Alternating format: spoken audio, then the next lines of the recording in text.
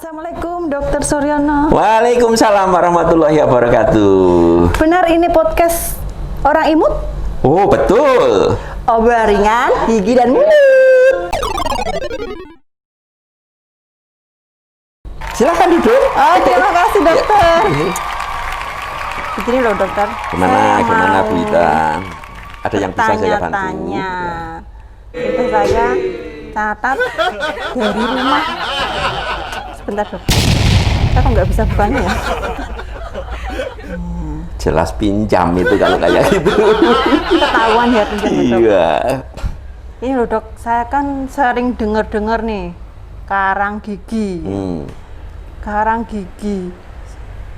Apa bedanya karang gigi sama karang di batu-batu itu dok? Wah ini pertanyaan agak unik ini ya. Saya kan nggak tahu dok. Iya ya, karang gigi dengan karang yang ada di batu-batu atau di laut ya kan gitu. Iya betul dok. Kalau yang satu karang gigi jelas tempatnya di gigi, kalau yang satu karang di laut jelas tempatnya di laut, ya kan begitu. Ya. Itu yang jelas begini, kalau kita bicara soal masalah karang gigi, itu kotoran ya yang mengeras dan menempel pada permukaan gigi, Mbak Ita. Oh, berarti saya punya nih dok. Terus apalagi dok? Oh ya, jadi sering dibersihkan enggak Bu Ita itu? Lah ya itu dok, lupa. Oke. Oh. Kadang juga takut kalau sakit dibersihkannya dok. Nah itu harus rajin ke dokter gigi ya, supaya nanti kalau saudara ke dokter gigi, nanti kalau ada karang giginya akan dibersihkan dengan alat khusus. Oh, sakit nggak dok? Ya katanya enggak ya, saya sendiri juga pernah membersihkan enggak sakit gitu. Oh, terus kenapa bisa ada karang di gigi dok? Nah itu begini Bu Ita, kalau sehari gosok gigi berapa kali? Saya 3 kali dok. 3 kali? Iya. 3 kali kok sampai banyak karang giginya? Nah, ya itu dok. jadi gimana begini itu, dok? Bu Ita ya. Iya.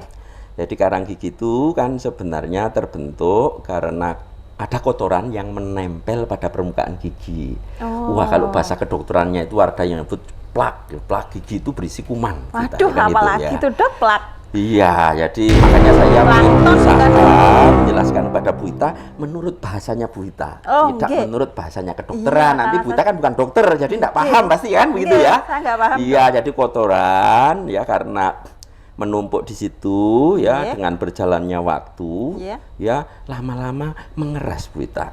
Oh. Ya. Jadi kalau istilah kedokteran giginya itu ada terjadi kalsifikasi atau pengerasan kan begitu ya. Ya ini juga sangat dipengaruhi oleh kondisi pH saliva. pH itu apa ya? Derajat keasaman ya, derajat keasaman ya. Jadi kalau diukur air ludahnya itu apa? Jadi nanti bisa dideteksi apakah ini masuk kategori asam atau basa. Nah biasanya kalau kondisi basa itu gampang terbentuk karang gigi, begitu Bu Ita. Oh iya benar. Apalagi ya dok. Terus yang menyebabkan karang gigi itu makan makanan apa dok? Nah, padahal saya makan semua makanan saya makan. Ya kalau soal masalah makanan sih, yang penting satu ya. Setelah makan itu sebaiknya gosok gigi. Ya jangan kok terus gosok giginya itu berlarut-larut menunggu nanti kalau sempat ya kan begitu. Gitu. Nah kalau sudah terlanjur menunggu nanti sempat ya, itu biasanya nanti kotorannya itu akan jadi menempelnya semakin kuat ya. Nah kalau kuat lama-lama juga jadi mengeras kan begitu. Kalau sudah mengeras maka tidak mungkin bisa hilang dengan sikat gigi. Nah gitu Bu Ita. Jadi kalau sudah terbentuk karang yang banyak ya dan mengeras di gigi, sekalipun saudara gosok giginya pakai sikat gigi yang paling keras dan sekeras-kerasnya gosok giginya, tidak akan lepas Bu Ita. Berarti kalau saya makan di restoran, berarti saya harus bawa sikat gigi ya dok? Ya sebaiknya begitu ya. Saya itu rajin loh Bu Ita ya. Tapi enggak bawa enggak ya. Saya itu biasanya bawa sikat gigi juga ya kan gitu ya. Tapi lupa ya. Lupa enggak terbawa ya. Oh terbawa di sebelah sini ya. Terbawa ya. Jadi saya itu selalu membawa sikat gigi seperti ini ya, selalu yang bisa dibuka tutup ya. Dimanapun saya sehabis makan pasti gosok gigi ya, di perjalanan naik kereta pun juga gosok gigi. Karena kalau berlarut-larut menunggu sempat Nah, nanti terlanjur terjadi pengerasan, ya terbentuk karang gigi. Nah, kalau sudah mengeras dan menempel pada permukaan gigi, disikat pun juga tidak akan hilang. Nah, Oh, gitu dok. ya. Terus apa lagi ya? Sebentar, saya lihat dulu pertanyaannya saya ya. Lupa ya, Bita, Lupa ya. saya, Ya. terlalu banyak sih dok. Jadinya Sudah saya, tua sih masalahnya, Bita. iya saya terlalu tua nih dok untuk Ya. mengingat-ingat. Terus, nih dok, akibatnya apa kalau ada karang gigi di itu dok? Ya, yang pertama tentu ya kesehatan jaringan pendukung gigi menjadi tidak baik. Nah, jaringan pendukung gigi itu adalah ya jaringan yang menyokong gigi gerigi supaya tidak lepas dari rahang. Ya, ada yang namanya gingiva atau gusi, ya kan begitu. Oh, yeah. Ada ya tulangnya di sebelah dalam, ya. Ada juga bagian yang melindungi akar gigi, terus yang menghubungkan antara akar gigi dengan tulangnya, ya kan begitu. Oh, yeah. Nah, ini kalau umpamanya karang giginya sampai berlarut-larut dan banyak di situ, ya, itu akibatnya nanti rusak, ya. Wah, tulangnya bisa menjadi kropos, hilang, lama-lama giginya goyah, bisa lepas dengan sendirinya, ya. Tapi sebelum itu, Bita, ya, biasanya ya nanti akan timbul gejala-gejala, ya, diantaranya giginya mudah berdarah, ya. Oh, iya iya. Ya, terus bau mulut muncul juga, ya kan begitu. Oh, Ya. bisa juga ya dok ya? Bisa, ya, kalau Buita kebetulan bau mulut, ya kan begitu. Bisa jadi kalau diperiksa, ya ada karang giginya juga, ya Oh, kan saya begitu. kirain bau mulut itu dari perut dong. Ya. Saya nggak tahu kalau Ya, ada ternyata. juga yang dari perut, Oh, ada tapi juga ya ya? sebagian besar itu berhubungan dengan status kebersihan jadi gigi dan mulutnya. Oh, ngoten sih dok. Gitu. Iya. Terus cara menghilangkannya gimana itu dok? Oke, jadi kalau sudah terbentuk karang gigi, ya maka Buita mau tidak mau harus datang ke tempat jadi pelayanan untuk perawatan gigi dan mulut, ya. Bisa ke praktek mandiri, bisa ke puskesmas, bisa ke klinik, bisa ke rumah sakit gigi dan mulut. Nah, nanti di sana ya sama dokternya akan dilakukan pembersihan menggunakan alat khusus yang digunakan untuk melepas jadi karang giginya, ya. Ya. Oh, kalau saya pernah lihat dok di Instagram atau di Facebook, di medsos itu loh dok, itu ada obat Ya. kayak kumur gitu untuk menghilangkan karang gigi. Itu berbahaya nggak dok? Nah. Kan biar nggak ke dokter gigi kan ada Iya, ongkosnya tuh iya, dok. iya, iya. Jadi biar nggak mahal gitu Ya, kan ya. saya pun juga sering Instan. buka ya kalau di Instagram sering ya ada Iya. penawaran seperti itu. Iya betul dok. Ya, tentu yang pertama kalau terkait dengan obat-obatan yang masuk ke tempat kita untuk bisa digunakan kepada kita sebagai konsumen tentunya. Iya. Ya, pertama tentu harus tercatat di Badan Pengawasan Obat dan Makanan, itu yang pertama. betul. Yang kedua tentu dari Kementerian Kesehatan, ya. Kadang kalau di internet kan ya tahu-tahu dari luar negeri, ya. Iya. Datang ya bisa kita beli ya kan gitu. Iya betul. Ya, COD kan biasanya kalau beli ya, karena takut kalau kirim uangnya sudah dikirim barangnya tidak nyampe kan begitu ya. Oh, Oke, gitu. itu perlu jadi lihat dulu. Yang kedua terkait dengan kalau ditanya efektif enggak kan begitu, bahaya tidak kan, itu yang paling penting kan begitu ya. Ya tentu kalau jadi kita melihat dari sisi keilmuan, terus penawarannya itu seperti itu, misalnya dengan berkumur, terus karang giginya bisa rontok, ya. Ya walaupun saya belum meneliti ya, saya melihat karang gigi yang keras aja rontok ya kan. Kalau itu Iya. sungguhan ya, apalagi jaringan yang lunak seperti gusi atau gingiva, ya akan lebih rontok lagi ya kan begitu. Lebih Itu logika sederhana ya. Tapi memang untuk sampai ke arah sana ya, kumur-kumur kok bisa langsung karang giginya pada lepas, itu perlu dibuktikan obat-obat yang ditawarkan itu, ya. Oh berarti harus hati-hati ya dok ya. Betul, Nggak- harus hati-hati. nggak sembarangan. Betul, obatnya. ya. Dok, saya kan tadi jalan jauh ya dok. Ya. Boleh saya minum dulu dok? Silakan ya. Ya, Dok, ya, silakan diminum. matur suwun ya dok. Ya, silakan ya. Nah ini kok malah harus buka gini ya? Ya, biar aman ya, karena COVID-19 itu harus aman ya. Harus menggunakan jadi masker, face shield dan seterusnya. Tetap protokol kesehatan gitu dok Iya, ya? betul. Saya lanjut lagi dok, ini masih 3 lagi nih. Gosok gigi dengan sikat bulu hard atau dengan ditekan, apa bisa membersihkan karang gigi dok? Oh, tentu tidak ya kan begitu. Kenapa ya? Karena yang namanya karang gigi itu sudah melekat kuat dengan apa jadi permukaan gigi ya. Jadi bahkan kalau di dalam ilmu kedokteran gigi sendiri, kalau saudara nanti ke klinik, ke tempat praktek dokter gigi, itu biasanya melepasnya juga menggunakan alat yang namanya ultrasonik.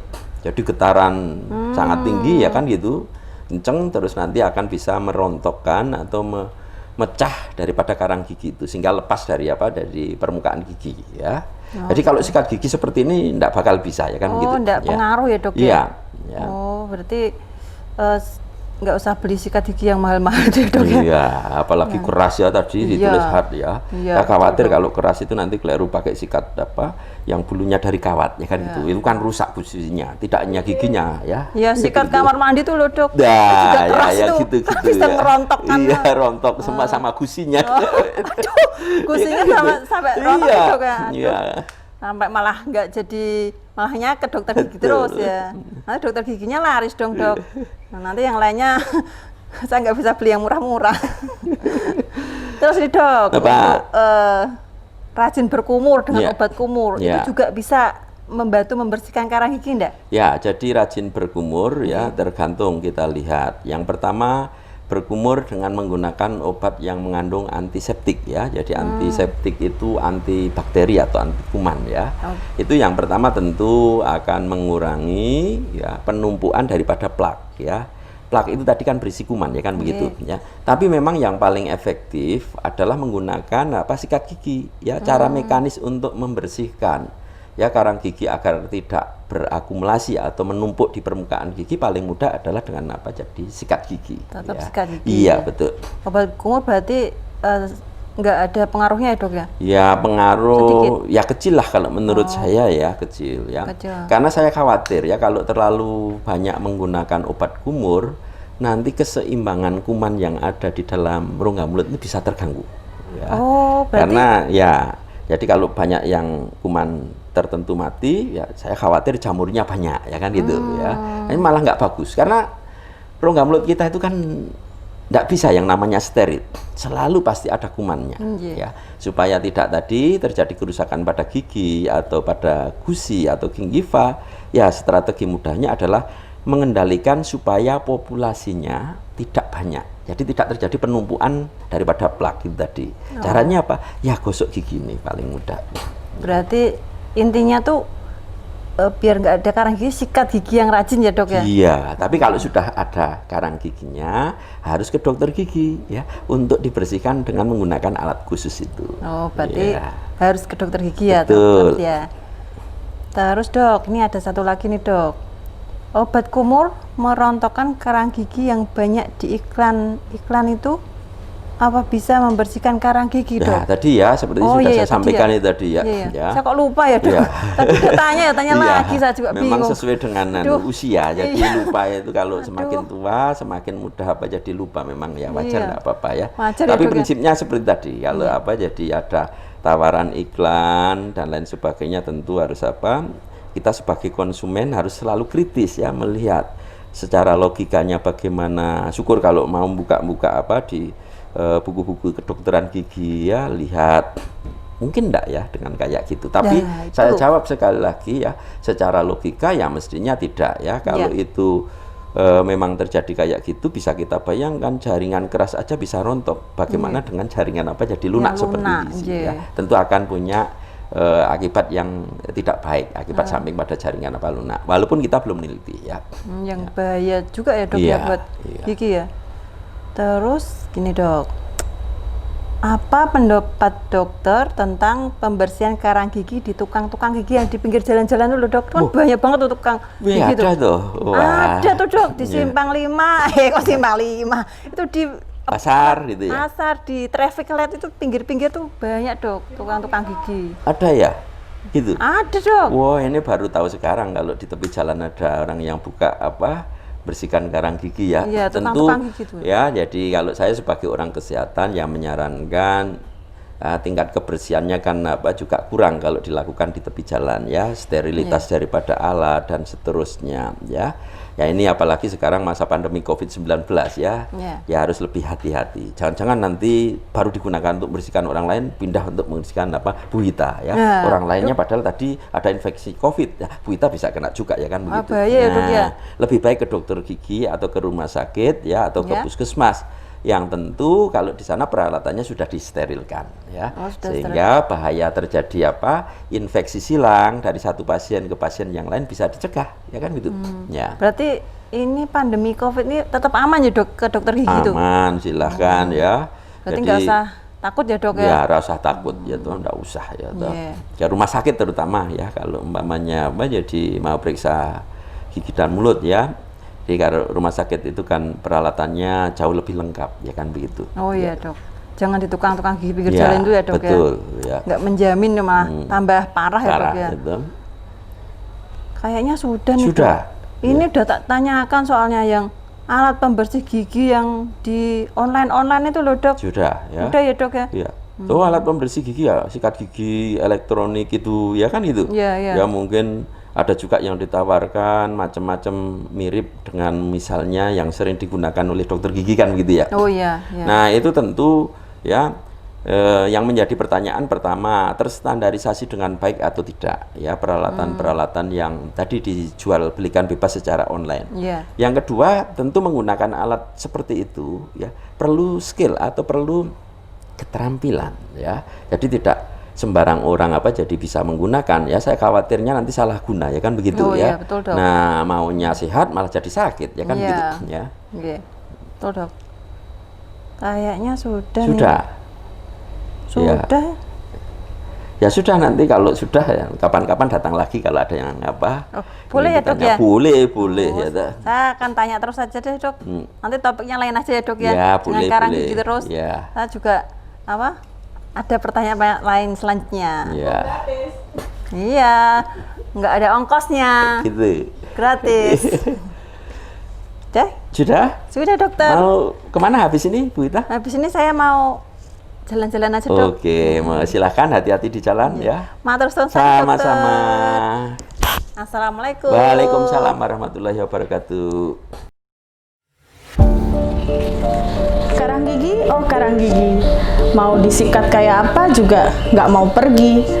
Sekilas seperti nothing, tapi suka bikin salting dan sering bikin nggak pede di saat penting. Obat kumur ajaib, datang ke ahli yang bukan ahlinya, atau cara luar binasa lainnya. Sudah, cari amannya ke dokter gigi saja. Sampai jumpa di episode podcast Orang Imut selanjutnya. Orang Imut, obrolan ringan, gigi dan mulut. Dadah!